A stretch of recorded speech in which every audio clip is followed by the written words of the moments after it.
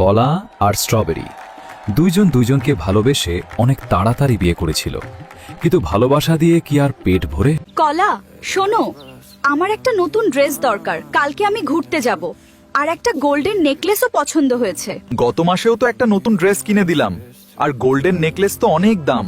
আর তুমি তো জানো আমার বেতন বেশি না। তুমি তো কিছুই পারো না। অন্যদের হাজবেন্ডদেরকে দেখেছো কিভাবে তাদের বউকে রাখে? আমি আসলেই তোমাকে কিছুই দিতে পারছি না, কিন্তু একদিন আমি তোমাকে সব দিব। শুধু একটু সময় দেও। বিদেশ গেলে হয়তো ভালো কিছু হবে। রাজু ভাই তো বিদেশ গিয়ে অনেক টাকা বাড়িতে পাঠাচ্ছে। আমিও বিদেশ যাব। বেগুন, তোকে একটা কথা বলার ছিল। আমি বিদেশ যেতে চাই, স্ট্রবেরিকে ভালো রাখতে চাই, কিন্তু আমার কাছে তো এত টাকা নেই। আরে তুই এত চিন্তা করিস কেন? তুই সবকিছু ঠিক কর, বাকিটা আমি দেখছি।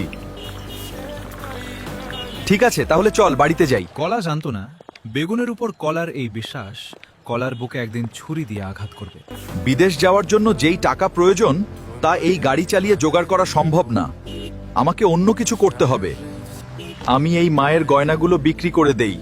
আমি বিদেশ যাওয়ার পর আবার মাকে টাকা পাঠিয়ে দিব গয়না কেনার জন্য। দেখো, বিদেশ যাওয়ার জন্য আমি টাকা রেডি করে ফেলেছি। এখন তোমার কোনো কিছুর কমতি থাকবে না। তুমি চলে গেলে আমি কিভাবে থাকবো? চিন্তা করো না, আমি অনেক তাড়াতাড়ি চলে আসব আবার। তুমি চিন্তা করো না, আমি অনেক তাড়াতাড়ি ফিরে আসব। আমরা প্রতিদিন কথা বলবো। তুমি সাবধানে থেকো। বেগুন, তুই কিন্তু তোর ভাবিকে দেখে রাখবি, আর কোনো সমস্যা হলে আমাকে জানাবি। আমি গেলাম। ভাবি, কান্না কইরেন না।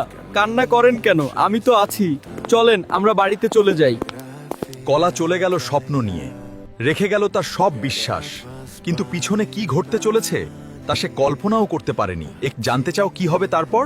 তাহলে কমেন্ট করো পার্ট 2, আর লাইক, কমেন্ট, শেয়ার করতে ভুলো না।